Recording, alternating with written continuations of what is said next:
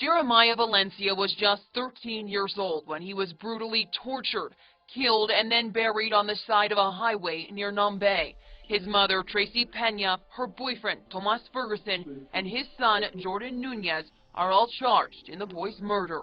This very, very sad tale starts to unfold at Santa Fe prison. This is when an inmate receives a confession from one of her friends stroke cellmates in there. So 35-year-old Tracy Ann Pena, she's basically talking about literally finding her own son deceased at home. She also blames it all on her boyfriend, Thomas Wayne Ferguson.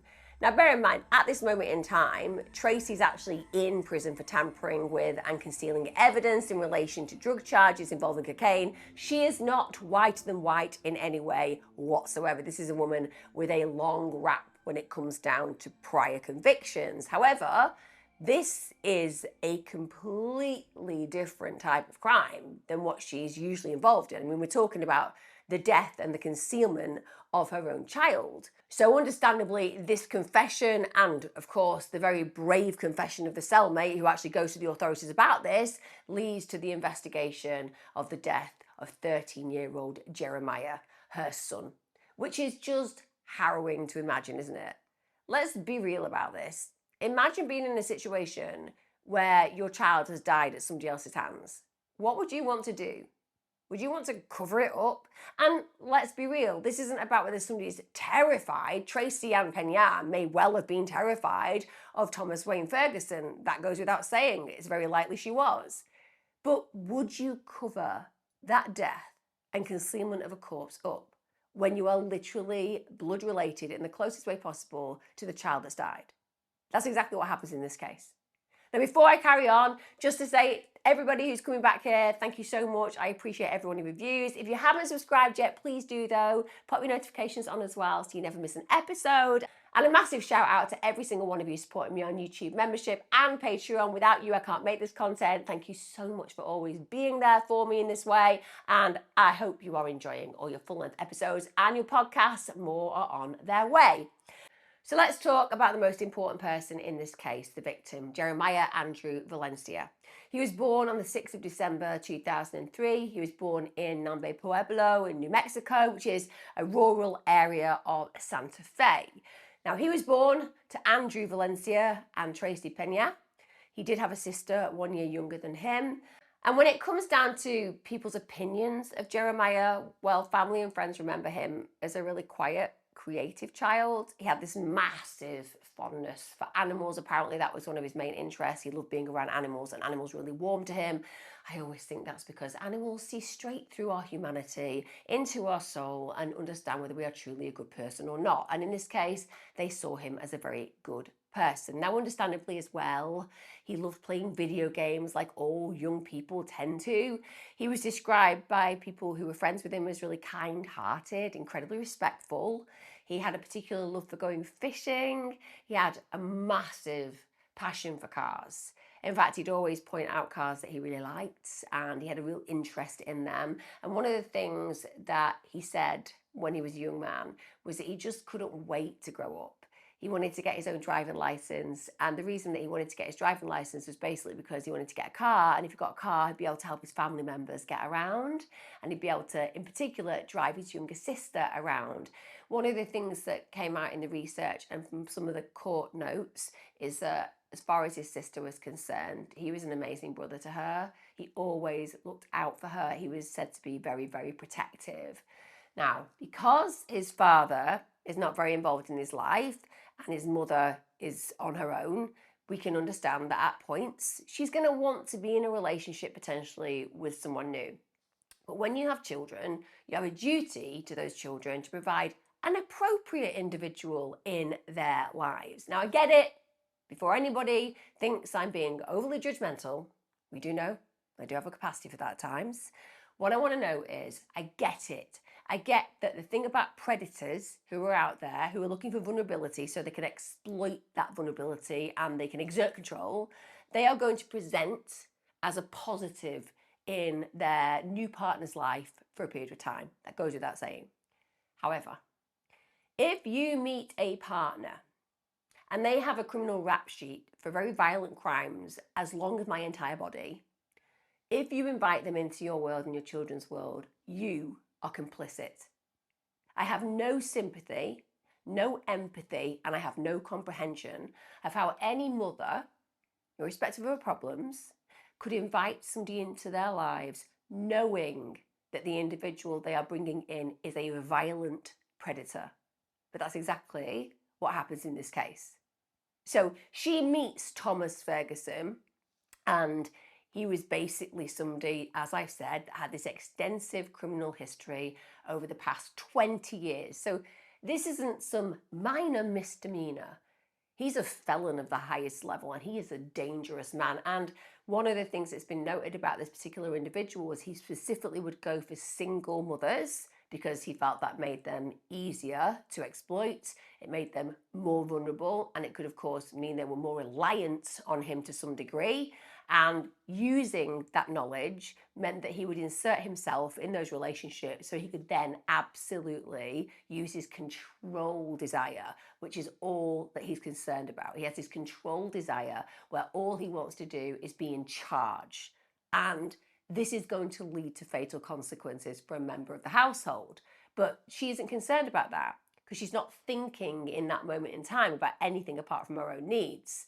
Now, you will understand the term career criminal, and that's what he's known as. Just to go through a few of his charges. Well, in 2003, he was charged and found guilty of battery of his wife at the time. So this guy is a domestic perpetrator through and through. He was also found guilty for hitting, choking, and kicking her while she held their 8-month-old daughter. Now, one of the things that we know where domestic perpetrators are concerned is that they particularly like it when you have a child with them or are pregnant with them because it makes you even more vulnerable. It means that you are far less likely to be able to retaliate and protect yourselves. And also, many women feel that they are now captured and therefore they don't seek the help they deserve. Fortunately, she did. Now, in 2014, he's also charged with kidnapping, raping, and beating his girlfriend at the time in an ordeal that basically started on Valentine's Day, just the day to beat, rape, and kidnap your partner. That just blows your mind, doesn't it? On a very day where people are celebrating love, this man is so sinister he's carrying out these kind of activities. Now, he did plead guilty to this in 2015, and it's worth noting at this point that he did attempt suicide before his arrest. So obviously somebody who likes to feel that he can evade capture to some degree, or maybe even just garner sympathy because his ex is going to feel responsible that he's tried to take his own life. Never underestimate the manipulation of these kind of master manipulators. Genuinely, these predators, they spend their lives manipulating, so it could be that he just felt that he wanted to show her that her actions had led to him trying to take his own life. Now, for that crime, and it's going to blow your mind, he was sentenced to 10 years and 8 months. And you may think, well, that's a reasonable sentence. I don't think so. I think sexual predators should be locked up for the rest of their natural lives. But even though he's given this 10 years and 8 months, the judge suspended his sentence and gave him 495 days due to the days he'd already spent in jail, which makes no sense. This is a sexual predator of the highest level. Now, at this point, he is put on an electronic monitor for 2 years, but after his probation officer checked in with him in 2016, one of the things that comes across immediately to that probation officer, who's doing their job, they're going out and checking on him, they realise that the woman who answers the door to him shows evidence that he's been abusing yet another woman. So that probation officer then goes to the court and says he's violated his probation. But guess what? The judge is like, well, we could send him back to prison. I mean, that would be the right thing to do. But why do the right thing with a massive sexual predator when instead we can allow him to remain on probation rather than give him a prison sentence? Genuinely, that makes no sense whatsoever, because we're talking about a higher level predator here, and he has a very long litany of other charges against him. And the reality is that this means there's no consequences as far as he is concerned. He can literally beat a woman up, he can rape a woman, and he doesn't actually spend the amount of time allotted to him in prison at all. He's just allowed to walk freely around. Now, he did plead no contest to those allegations, so clearly he's admitting that he was absolutely involved in abusing another woman. And what is deeply frustrating about this case, aside from the fact this predator should not be on the streets full stop, he should be in prison, it's as simple as that. He's not changed his behaviour. And what we see with these kind of violent perpetrators is they escalate their behaviour, and that's exactly what's going to happen. But what is deeply frustrating is literally a week before he carries out the murder I'm going to talk about. So this is on November the 21st of 2018. Attorneys actually officially filed for his probation to be revoked because they found out he'd failed to report to his probation officers and they'd moved address without permission. So basically the probation are doing a good job here. They are following him around, they're figuring out where he is going, and the minute that he actually breaches that, they are going about their business to try to get him back into prison. But he shouldn't have been out of prison. That judge should never have seen fit to do that. Now the mother in this case, Tracy, she again has a really high level criminal past. So she'd been booked into Santa Fe County Jail a total of, I kid you not, 22 times.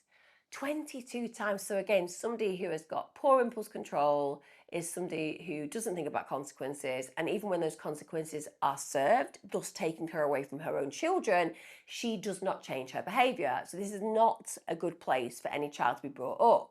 Now, understandably, because Tracy is constantly in prison and also her deadbeat boyfriend Thomas is also in prison a great deal, that means that Jeremiah and his siblings need to be taken care of by somebody else, and that care falls into the lap of Celine Miera, his aunt. Now, she was said to be excellent, genuinely a good human being, compassionate of heart, absolutely nurturing, and she took really good care of he and his siblings. And she was always the person that would be called upon. Tracy would say, please, I'm going to go away again because I'm going to prison. You take care of my kids. And she would always agree to do so. And she would agree without any frustration. She would agree because she's just a really good human being. Now, as Jeremiah gets a little bit more grown up, because we're talking about him dying just shy of his 14th birthday in this case, he has dealt with the slings and arrows of outrageous fortune being brought up in the care of somebody who is a horrific parent. And I'm sorry, that is exactly what Tracy is. She's a horrific parent. She prioritises her own needs. She doesn't really think about the needs and welfare of her own children. And that means that he goes through a lot of dysfunction. He's a really good young person at heart, but there are problems that he experiences and encounters as a symptom of his being brought up in this respect.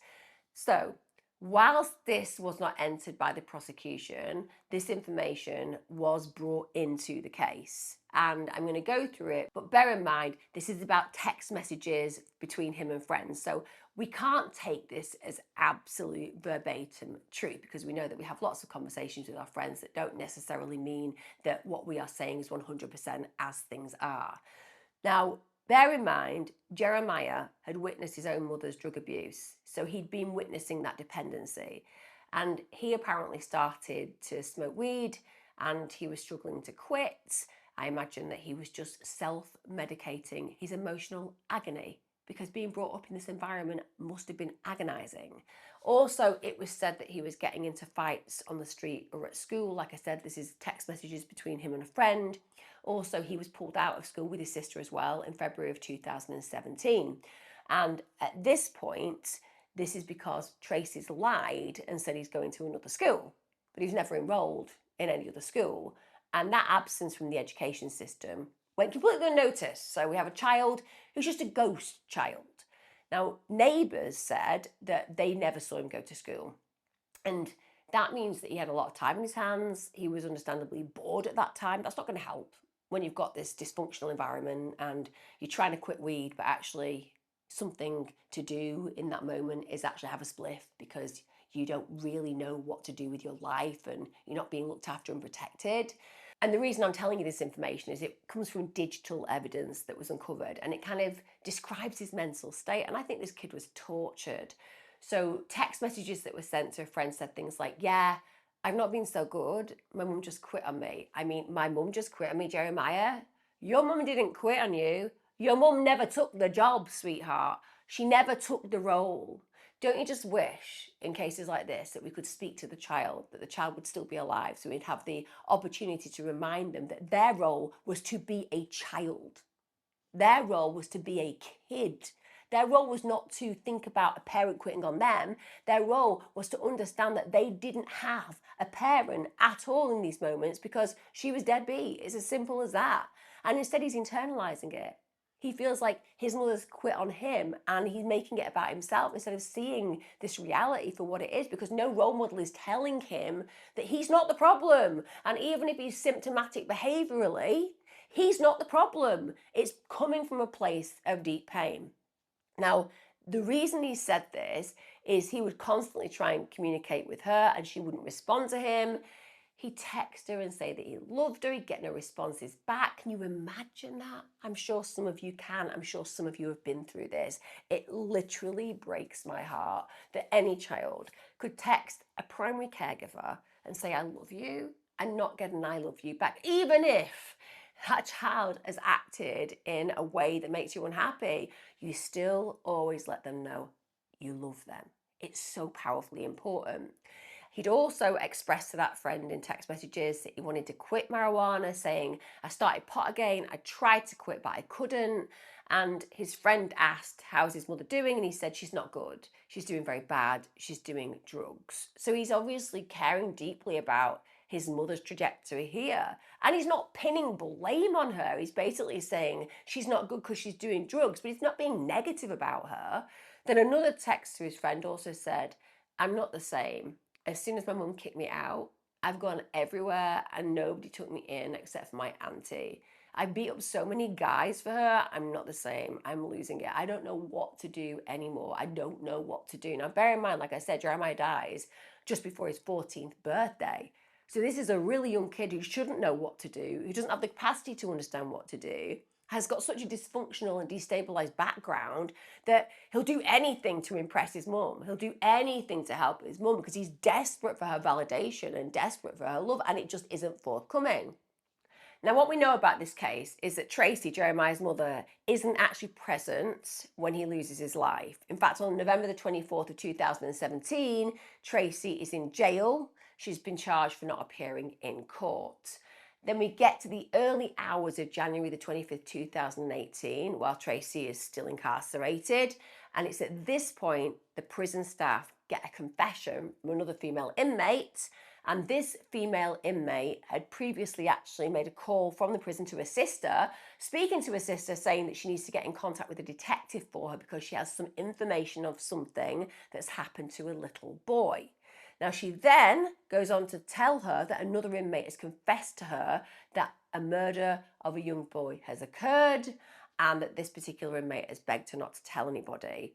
But you can imagine that for the most part, women in prison are not in prison for really serious crimes. It's often violations of probation, or it might be that you failed to turn up at court for DUI, etc. And that means that the level of comprehension you have about crime is very distinct to what you would have in a male prison. So when somebody tells you that a murder's occurred, that is going to lay heavy on your mind. And no matter how much you like the person who's confessed to you, you're going to know on the whole, if you have a shred of conscience, that you have to talk to somebody about that. And she courageously does that. Now, she speaks to detectives. She is apparently very hesitant at that point to give information because the inmate is a really good friend of hers. Tracy and her get on very well. But that moral dilemma in her mind means that she feels she's got no other opportunity than to actually confess to the prison officers. So that's what happens and how it plays out. Now, the inmate tells them that she was aware of the death of this boy and that she knows he's been buried somewhere. But she's also informed by Tracy about the horrific abuse that the boy has endured before his death. She also says to the detectives, the boy that Tracy is talking about is her son, Jeremiah. So in the early hours of January the 25th, 2018, this is while Tracy is still incarcerated, staff at the prison where she's serving her time, they get a confession from another female inmate.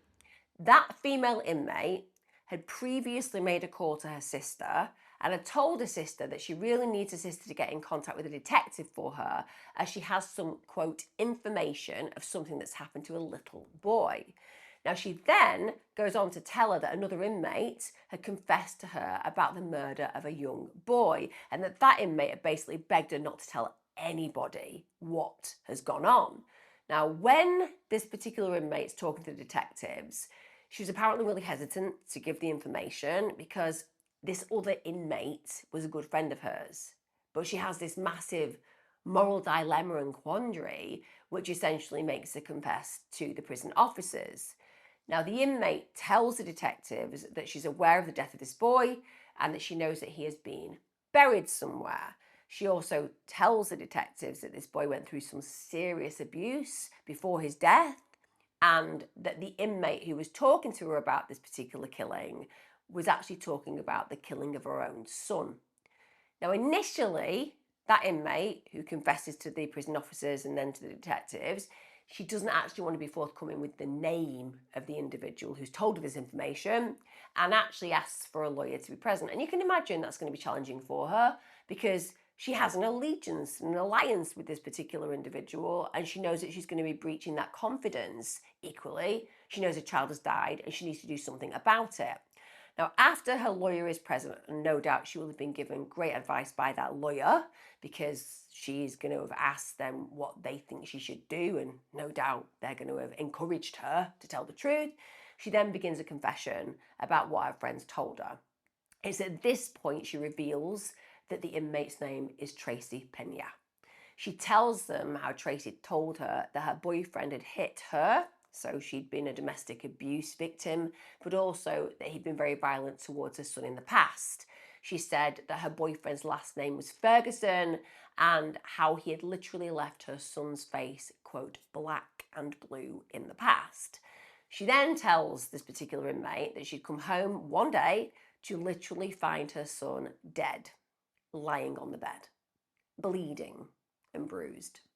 But the reality is, her boyfriend has got absolutely no plan to come forward and admit what he's done, to take accountability and responsibility. Quite the contrary. He's decided what they're going to do is they're going to cover up his death, they're going to bury this young boy's body, and they're going to get away with murder. It's as simple as that. Their plan also involved that they were going to claim that he was missing and that he'd basically been living in a different state with his aunt and then just disappeared off the face of the planet. And a lot of you might think, well, there's no way you could have got away with murder. Children don't just go missing and not get followed up on. Actually, they do. And with respect, we've seen that he was meant to be enrolled in a school and nobody followed it up. So he's kind of a ghost child there. In fact, I would say his aunt is the one person who refuses to give up on where this child is. And the chances are it would have come to light that he was missing because of her persistence. But many children disappear and people don't find out what happened to them. So it is possible that people do get away with murder. Now, bear in mind, they've now got this confession from this inmate and they're very quick to act at this point. They begin contacting family members of the boy that they suspect at this point to be dead. They contact Jeremiah's godmother, Celine Miera, who was Tracy's aunt, as well as Jeremiah's half-sister, Karen Gonzalez. But they also find out that neither of them have actually seen him since the previous July, so that was 2 months ago. Now, in late 2017, this is weeks before the discovery of Jeremiah, what we do know is that Celine had been trying to make calls to Jeremiah. So in this case, people are trying to figure out what's happened to him, but they got no answer or call back. Now that's unusual. Then she tries to contact his mother, Tracy, but she doesn't get a response from her either. And Jeremiah's stepsister, Karen, she actually goes as far as to contact the New Mexico's Youth and Family Department as well as the police because they want to know where he is. They don't understand how he can just have disappeared off the planet. And I would imagine that they have a belief that something sinister could have played out. And to be fair to Karen, she called New Mexico's Youth and Family Department every day for numerous days, but she wasn't given any answers or information, and that is so frustrating. Can we imagine putting ourselves in that position where you feel that something sinister could have played out, or that a child could be at risk, or that you just need to know that the welfare of the child is in a good place, and you're constantly ringing the services that are meant to protect them, and you're getting no help? Particularly in light of what I'm going to talk about today, which is the murder and abuse of this very child that they're concerned about. Now, a few days later, this is after one of her calls, she said she absolutely knew that something was wrong. And the officer just said they'll send someone over to her home to speak to her, as in to speak to Tracy. Not good enough. Not good enough on any level. Now, one of the things that the investigators have access to, because both Tracy and Thomas, the main perpetrator in this case, are concerned, is that they are both in prison. That means they have access to the jail phone recordings. Now, the day after she's confessed what's happened to Jeremiah, she calls Thomas. And on that particular call, she's literally telling him that she's been crying every day.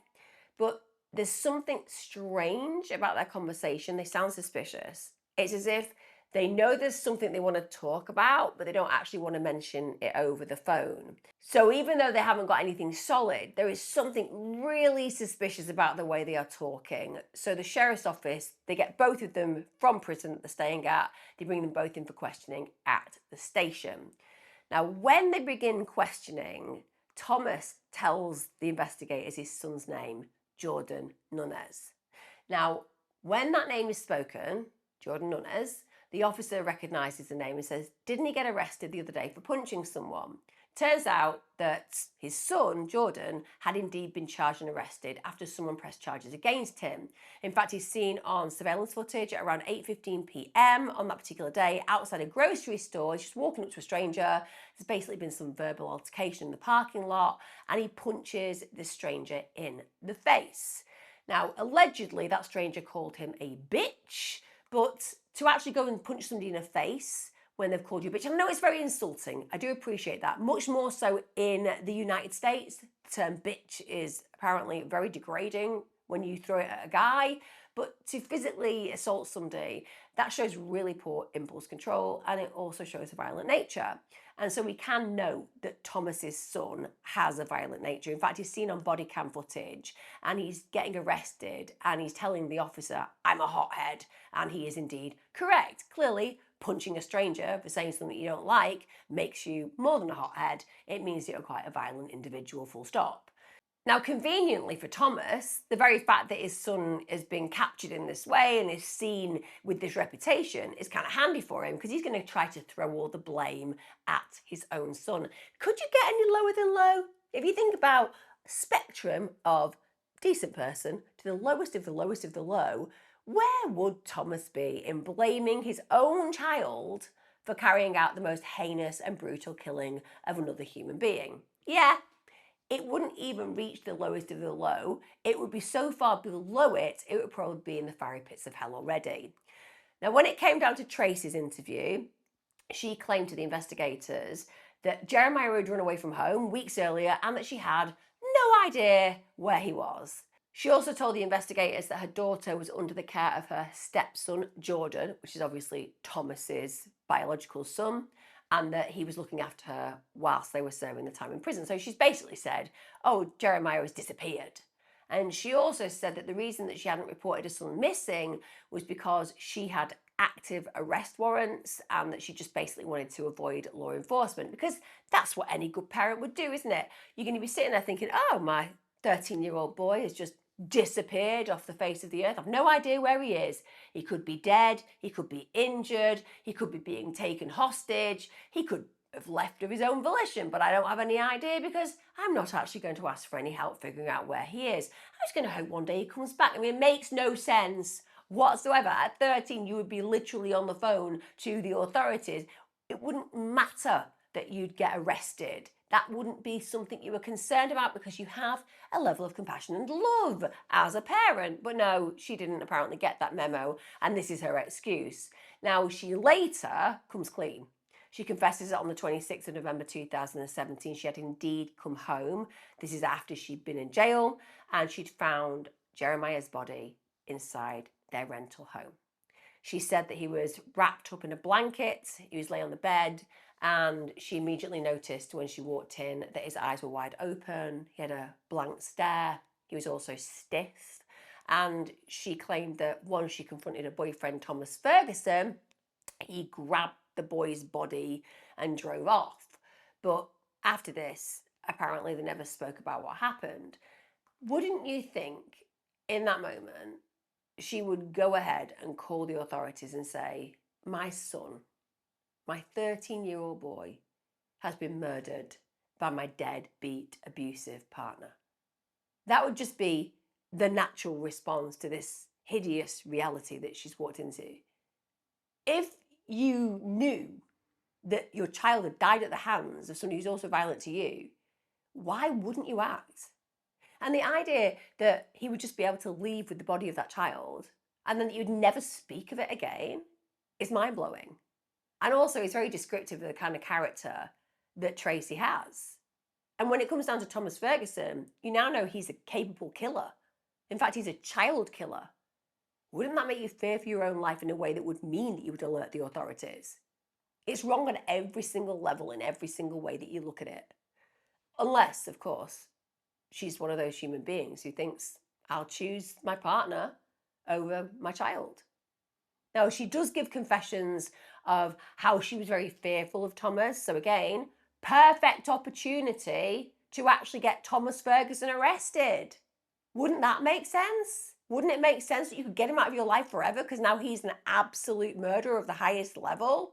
Also, and again, this is just so indicative of her character. And I'm sorry, I appreciate that she's an abused woman. I appreciate she's a vulnerable woman, but there is no excuse for the knowledge that she had and not acting on that knowledge. She tells the investigators that Thomas Ferguson had molested her son on previous occasions, sexually molested her own child. She allowed that monster to be in her child's life when she wasn't present, all the while knowing what a sexual deviant he is and was. She also tells the investigators she believed that Thomas Ferguson was responsible for murdering Jeremiah. Well, yeah, go figure. You were in prison. He's the grown-ass adult who's violent at home. Who else is it going to be? And don't get me wrong, he's not going to be the only one responsible. He's not going to be the only one culpable. He's going to be the main driver of any type of abuse and indeed murder in that home. Now, she also tells the investigators that on December the 6th, Thomas Ferguson had actually driven her to somewhere near the New Mexico 503 to show her where he'd physically buried her 13-year-old's body. It was in a secluded location. Now, she did later change her story and said that Jeremiah's body was actually kept in the garage for 3 days. It was wrapped in plastic. And at this point, Thomas Ferguson and his son Jordan took him away for burial. But it's just absolutely hideous to imagine that she allows this to take place without informing the police immediately. Now, when it came down to Thomas Ferguson, well, he gives very conflicting statements. So he claims that the first thing he knew about Jeremiah being dead was when he goes into his bedroom and Tracy basically says to him, oh, Jeremiah's died. He then said he found him lying face up with a blank stare. Then he said he was laying in a different position than when he'd laid down to bed earlier. Then he went on to blame his son, said it was his son's fault. So yeah, apparently Jordan is now the actual responsible party. So father literally blaming his own child for carrying out this killing. And he basically said he was playing with Jeremiah aggressively. Now we're talking about a 13-year-old young man. It wouldn't be aggressively, because if you think about the body of a 13-year-old, you know, you're pretty grown at that point. So if you are playing with somebody so aggressively they die, it doesn't suggest aggressively in a playful way, does it? It means that there was just an aggressive altercation that took place where somebody happened to die, in this case, Jeremiah. And he also says the reason that he didn't call 911 is that he felt that maybe the authorities wouldn't believe that it was Jordan who'd killed Jeremiah. They might believe it was him. What, do you mean based on all of your previous violent offences? Yes, I imagine that they would think it was you, and because it was you. Now, he also continued to deny any involvement, actually said he wanted to leave the interview at the time, said he hadn't been there when Jeremiah's body was abandoned, and yet, in spite of claiming that he had nothing to do with the abandonment of the body or knowing where it was, he did know the rough area. So I don't know where it was abandoned at all. I didn't even know that Jeremiah had died initially. And what I'm telling you is that I have no idea what played out, but I do kind of roughly know the area in which the body was dumped. I mean, make it make sense. He also said that he knew who buried Jeremiah, but he wouldn't give an identification of the person. Just let's run through that so you know know who buried this child? I do know who buried this child, but I'm not going to tell you. Why? You've told us who killed him. You said it was your own son, so you don't seem to have a problem being forthcoming with that truth. Well, I just feel that's the right thing to do, but I just don't want to tell you where he was buried because I don't know where he's buried, even though I know there's a rough area where he was buried. And the reason I know that rough area is because I was the one who buried him, but I'm not going to tell you that because I think that you might find that incriminating and blame me because it is my fault. Honestly, you can imagine how annoying it is for the detectives listening to that kind of BS. Now, when it came down to Thomas Ferguson's son Jordan, it was very enlightening, shall we say. So Jordan gets brought to the station at the same time the interviews are going on with Tracy and Thomas Ferguson.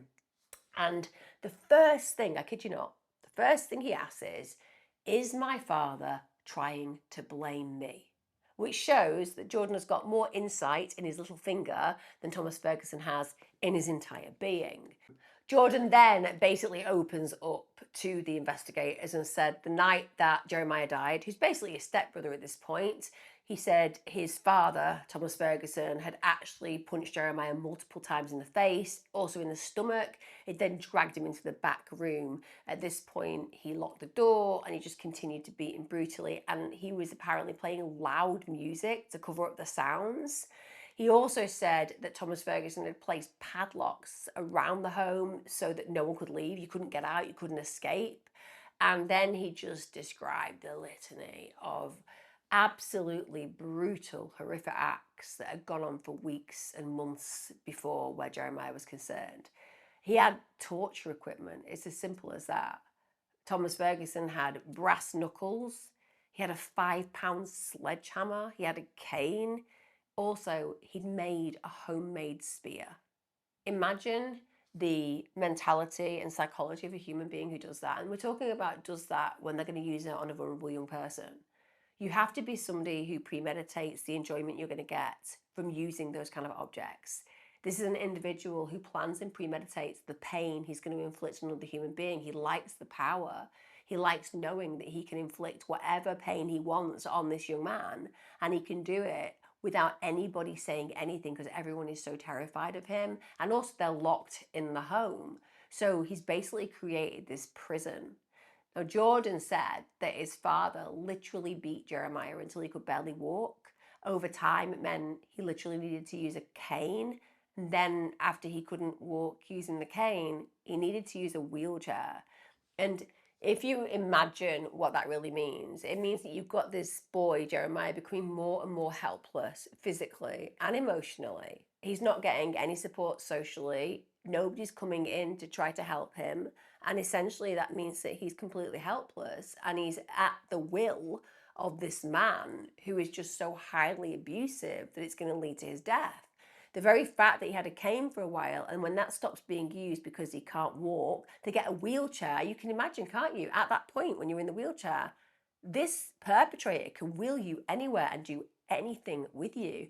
It's the ultimate sign of you losing any opportunity to escape this horror. Now, Jordan also testified that Jeremiah was confined inside a small dog kennel. In fact, that dog kennel was only large enough for a medium-sized dog, and he would be fed scraps through the side. So Thomas Ferguson would just enjoy feeding him scraps, treating him like an animal, worse than a dog with respect, because the dogs weren't going through the beatings that we're talking about right now. Jordan also said that his father forced him to participate in cleaning Jeremiah's body and also later burying that body in a shallow grave. So Jordan's been made this co-conspirator in this case. Now, the same night the investigators are told this information, they head to the location where they believe Jeremiah's body is buried. Now, Thomas Ferguson is with them, but at that point, of course, he's claiming he doesn't know exactly where the body was buried because he wasn't there. At the end of the day, I'll go with you to the environment and area that apparently I'm meant to have been involved in disposing of this body, but I wasn't here really, so I don't know. I mean, it's this area, but I don't quite know exactly where. I mean, again, just wasting time, refusing responsibility and accountability, demonstrating the level of perpetrator he is, one that believes he's rightful and entitled to go ahead and do whatever he wants to his victim. Now, they couldn't find the burial site that particular evening because he's not being that helpful.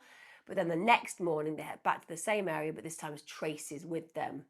Now, she told them in that interview that Thomas Ferguson had actually shown her where he'd buried the boy.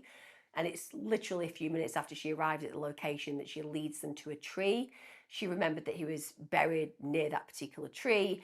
And they actually do find an area of disturbed ground. It's covered in sticks, covered in branches, and it's got a sheep skull placed on top. And I've tried to analyse why that sheep skull was placed there. And on one level, I think, well, is it just a ruse? Did Ferguson think to himself, well, if I place this skull on top and then an animal digs up bones, and you're not that educated on what sheep's bones look like compared to human bones, maybe seeing that sheep skull will mean that you just don't think anything untoward has played out there.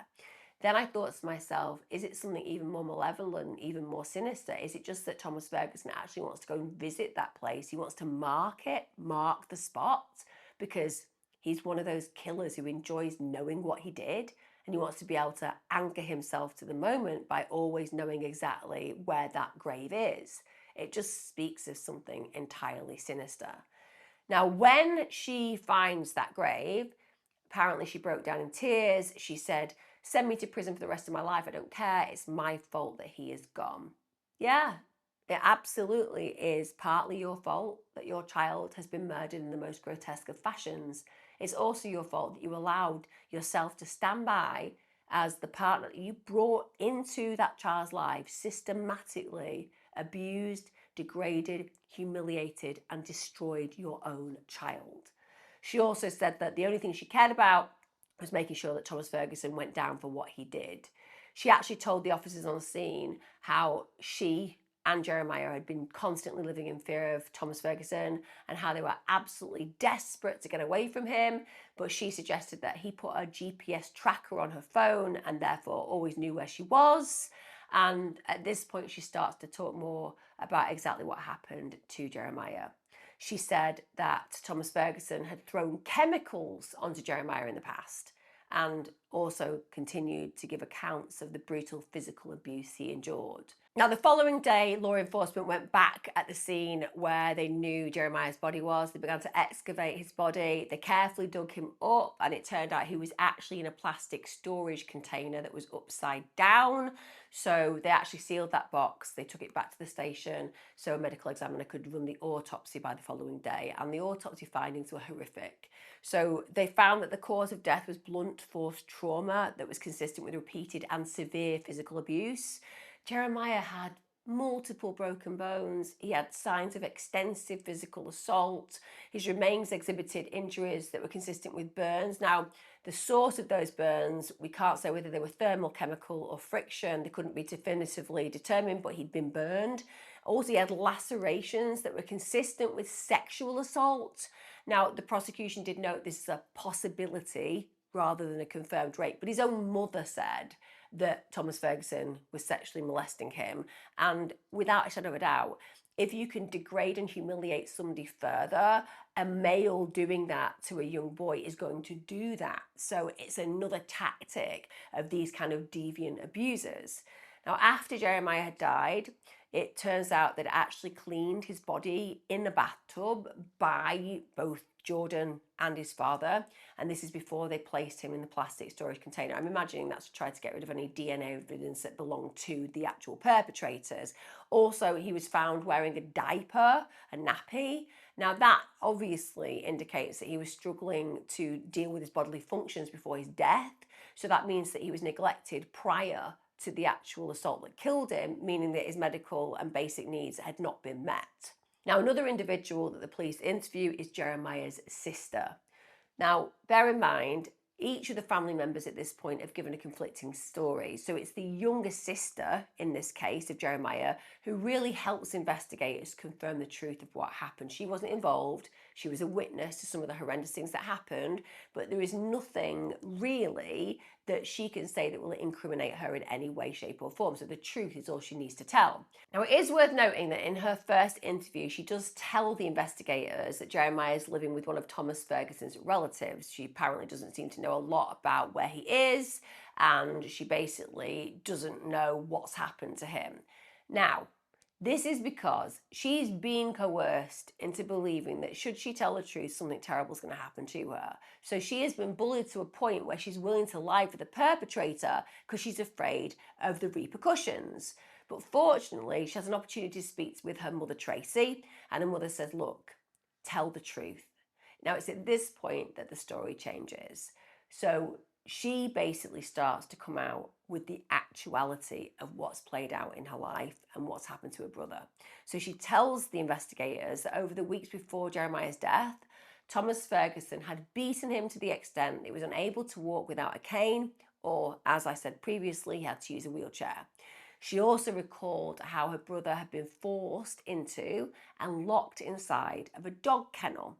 This is where Thomas Ferguson would feed him food through the gaps in the plastic, just really enjoying that total control, knowing that Jeremiah would be suffering that humiliation and degradation, just enjoying that sense of him being the master over his environment. Now, bear in mind that crate, it measured 26 inches by 39 inches, which is tiny. Jeremiah's sister also told the investigators how she was so disturbed about what was playing out but felt so powerless that she could only help her brother when Thomas Ferguson and his son Jordan weren't around. At that point, she'd sneak in, give him food and water. And she said one of the things that was really painful for her to watch was how it wasn't just Thomas Ferguson who was abusing her brother, it was also Jordan, basically her stepbrother. He'd come in, he'd flip the dog crate with her brother inside it, and she knew that that would be causing horrendous pain and injury to him. She also confirmed that her brother had died on November the 26th. This was after another sustained beating from Thomas Ferguson and his son Jordan. But of course, it was Ferguson that led the beatings, and indeed it was Ferguson that dragged Jeremiah into a different room, and he continued to beat him there. And further forensic evidence validated what Jeremiah's sister was saying. They actually found blood in Thomas Ferguson's bedroom, and it's clear that Tracy, Thomas Ferguson, and Jordan were all aware of the death of Jeremiah and that they contributed to it, or at least, shall we say, in Tracy's case, turned a blind eye to the concealment of the crime. But of course, the main perpetrator, without a shadow of a doubt, was Thomas Ferguson. And I'm not minimising Jordan's role in this. He absolutely is guilty as hell. But we also know that there is certainly a predator of the highest level here who is the puppet master in this situation. Now we get to early February 2018. This is when a Santa Fe County grand jury returned an indictment against 42-year-old Thomas Wayne Ferguson. They indicted him on 18 counts. This included first-degree murder, kidnapping, child abuse resulting in death, conspiracy, and evidence tampering. So he was formally arraigned shortly thereafter, and he was held without bond. Now, on 28th of April 2018, so he's awaiting trial at this point, Thomas Ferguson was found dead in his jail cell. Apparently he'd taken his own life, so he never actually went before a jury for the main case, which on one level is distressing because I think justice isn't served unless you've actually stood in front of that jury and heard them give you a sentence that you are deserving of. But equally, I think the quicker this guy burns in hell, the better. So I'm sure that he is alight right now and burning brightly for the rest of eternity in horrendous agony, as he deserves, with the big DEVIL being his main host. But it's also frustrating because, like I said, we don't get to know the deep dive on what really played out, because when it comes down to it, he never actually got to be questioned in court on this. And unfortunately, therefore, for the family, I imagine that is something challenging. They would have liked to know exactly what happened to Jeremiah. And also, whilst it's horrendous to know what he went through, it also allows people to have that empathy with the victim. Now, next to stand trial was Tracy, the mother in this case. She faced court on the 7th of March. Now, she was indicted on multiple counts, including child abuse resulting in death, tampering with evidence, and conspiracy. And when it came down to the prosecution, they basically said, listen, Pena knew about the abuse. She failed to act. She failed to stop it. She actually participated, as far as they were concerned, in burying her son's body. Now, don't get me wrong, they acknowledged that she was the person who led the authorities to the grave, but they felt that she was completely involved in this crime. They described Pena as both complicit, so she was actually engaged in what played out and she went along with it, and they also noted she was indeed controlled. But they argue that her failure to intervene absolutely contributed directly to Jeremiah's death. So the chain of causation was she could have stopped it at any point and she chose not to.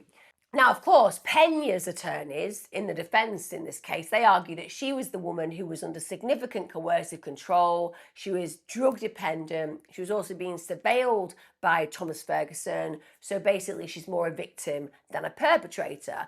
And I appreciate that's the defence that they're going to go down line-wise because it makes sense. But equally, it's indefensible to know your child is being sexually molested, to know your child is being put in a dog cage, to know your child is being starved, to know your child is being treated worse than an animal, and you do nothing. Albeit you're being surveilled, well, he can surveil you as you walk into a police station and tell them about his sins. Just because he's got surveillance on you doesn't mean that he can intercept you. The reality is you can hot-foot it down to a police station, or you can go and make a phone call, and whether he knows where you are or otherwise, it doesn't stop you giving the information across that can save the life of your own child. The fact that she didn't do that demonstrates not coercion, but absolutely a complicit nature within this crime. Let us be clear, this woman would regularly end up in prison because at the end of the day, she thought about her own needs more than her kids' needs. So why are we meant to believe that she's some kind of victim in this situation who just didn't have any options than to allow her child to be violently beaten, molested and murdered by a man she invited into her own life? It makes no sense. So the defence very much point out that Tracy was manipulated by Thomas Ferguson, that she was isolated by him, that he monitored her phone, that he manipulated her behaviour. And they also say, yes, she did admit her guilt, but you have to understand what she was doing was she was acting under intimidation and fear.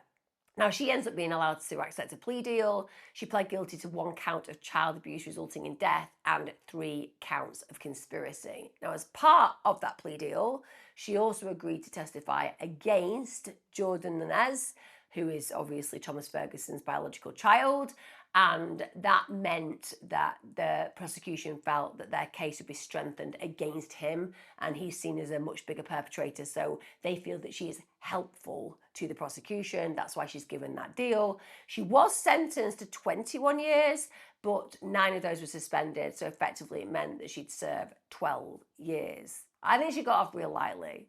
I genuinely do. I appreciate that she's had a difficult life.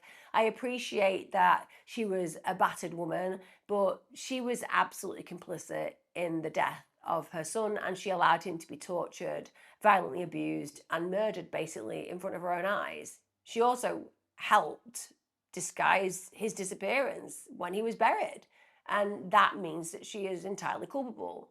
Now, when it came down to Jordan Nunez, he was the last person to stand trial. He was indicted on the 3rd of April for 13 charges. These included child abuse resulting in death and tampering with evidence. Now, the prosecutors, they emphasised that he willingly participated in the extended abuse and torture of Jeremiah, and he did. At the end of the day, Jeremiah's sister saw him going in of his own volition and flipping the dog cage with Jeremiah in that dog cage. And we know that Jeremiah was so badly injured, he was in a wheelchair at points, so it's not as if Jordan was not aware of the extent of the injuries. They also alleged that he helped restrain, shock, and confine Jeremiah in a dog kennel, and that he repeatedly beat him and he assisted in covering up the death of Jeremiah. Now, prosecutor Jennifer Paget Macias, she stated, despite the opportunities to do so, he failed to stop Ferguson and failed to intervene to protect Jeremiah, and Jeremiah died as a result. Now, the defence, understandably, and we all know where they'll go in this case, they want to portray him as this intimidated and controlled teenager living under his father, who is unbelievably abusive and also substance dependent, so chaotic in the way that he acts. They argued that Jordan just felt powerless and helpless, and also he was psychologically coerced into participating. Now, again, I do not believe a young man who is a late teenager at this point will be considered an adult I don't believe you can coerce somebody into participating in the horrendous abuse and killing of a child. I really don't. Because whilst he may not have dealt the fatal blows, the chain of causation means that he dealt many of the blows that led to that death. You have an opportunity to say no at any point. And I get it.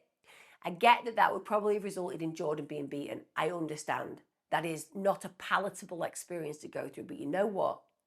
At least when you're the one being beaten, it's because you've taken the moral right ground. You've gone ahead and said no to a perpetrator who is basically slowly killing a child.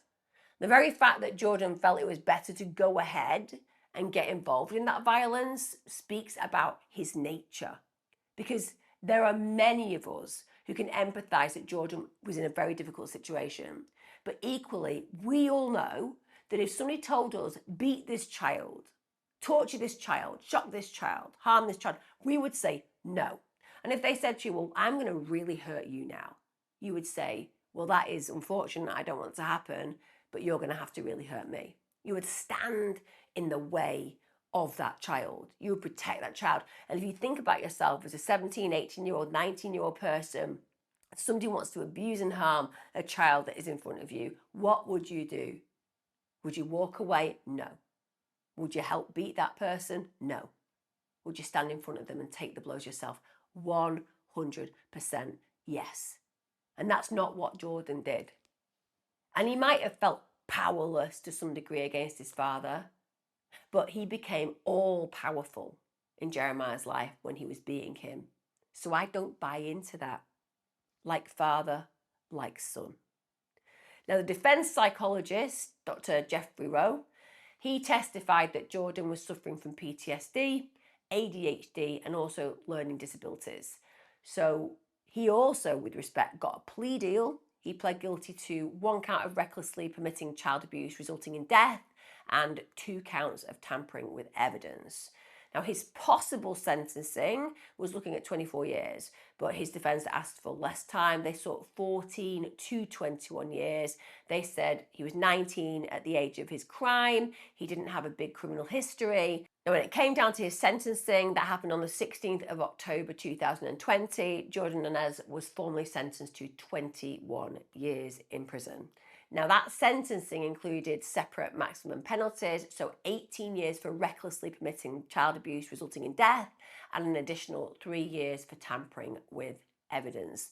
He also apologised publicly to Jeremiah's family. He acknowledged his failure to call 911 on the day that child died, and he also said he was very remorseful about his actions. But with respect, it's not going to bring Jeremiah back, is it? And there were so many opportunities to change the outcome and course of this trajectory. But Jordan didn't choose any of those options. And I appreciate the defense expert said that he had ADHD and PTSD, and let's just throw in a whole other lot of letters. But it doesn't make a difference, does it? Doesn't matter if you've got some learning disabilities. If you've got empathy and morality, you pick up the phone. It doesn't matter if you've got ADHD. Believe me, if ADHD was a license to kill, well, right now, at the highest level ever of us having these classifications, people would be dead everywhere, wouldn't they? It's not in line with those issues to become a torturer and somebody who contributes to the murder of a child. A lack of action on the day that he died, meaning that there was no hope for him because he didn't bother calling 911. And before that, his activity in abusing this child culminating, without a doubt, in contributing to his death. Now, Sergeant Richard Matthews, who was involved in this case, said one of the things that was unbelievable was that he's had this career in law enforcement, and yet he said, these things stay with you, especially when you recognise everything you've been told. So literally, you can be a dyed-in-the-wool officer, and the memory of this case will stay with him because he's heard the information, he's been secondarily traumatized by it. And even though he's had this career, this cuts deep. Then Sheriff Robert Garcia, he said, in my years in law enforcement, I would think that this is one of the most terrifying types of investigations I've seen. District Attorney Marco Serna said, he was placed in a dog kennel for hours on end without food. It's absolutely heartbreaking. These acts are senseless. They are senseless to a normal, typical, well-adjusted human being, but not to a predator.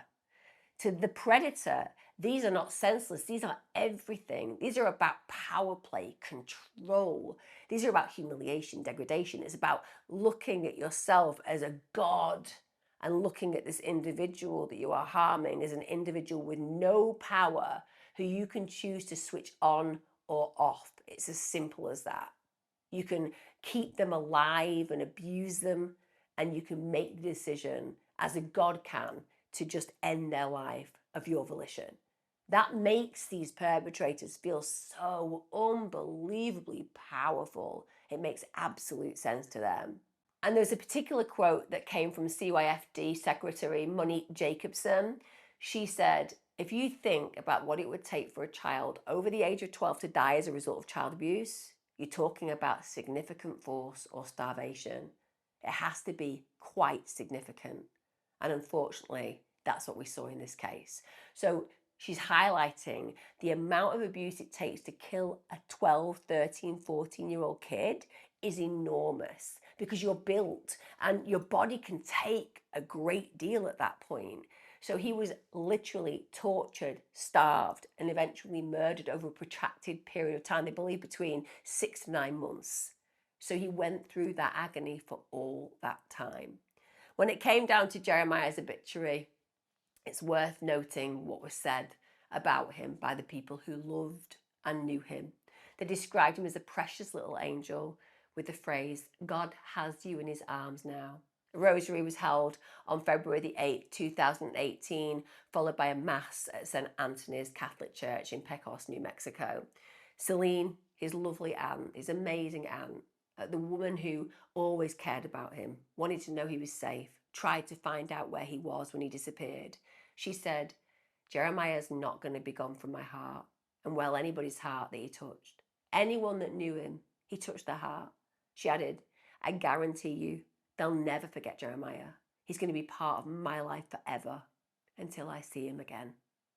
Approximately 5 years later, in January 2023, Jeremiah's father, Andrew Valencia, held a public vigil at Alto Park in Santa Fe to honour what would have been his son's 18th birthday, a birthday he's never going to get to experience because he was murdered at the hands of this predatorial tyrant. He also shared a remembrance of Jeremiah as a happy little boy with a promising future, and he urged community members to remember him for who he was, not just how he died. And that's so pertinent. That's so true. It's so hard at times, isn't it, when we cover these cases to not focus on the end. I remember when I lost my dad, and you'll all know that I lost my dad in a very traumatic suicide, and I was the person who found him, that often you'll focus on that moment because that moment is the most shocking and traumatic and horrific and hideous. But if you focus on that moment, you deny the meaning that they had in the world. You deny the memories that they shared in this world. You deny who they were as a whole. And so when you take the focus off the emphasis of loss in that moment and you place it back on the being and the life, all of a sudden, all of the good is remembered, not the bad. Jeremiah deserves to be known for a life that was fully lived until he met that hideous perpetrator. For a boy who, at least from some people, was fully loved, particularly from his aunt. And that's how we bring these individuals back to life, albeit only in our minds, in our memories. And Jeremiah deserves that. It's horrific to know that Thomas Ferguson was invited into Jeremiah's life by his own mother, and she just stood by as he decimated him. Let me know your thoughts as ever, guys. I appreciate every single one of you who shares this space with me and who listens to these stories, because I appreciate they're tough, but we also need to hear them. Jeremiah deserves that respect. He's in bliss, whereas Thomas Ferguson, as I said, is burning brightly in hell for the rest of eternity. May he burn. May he burn. See you again next time. Be safe.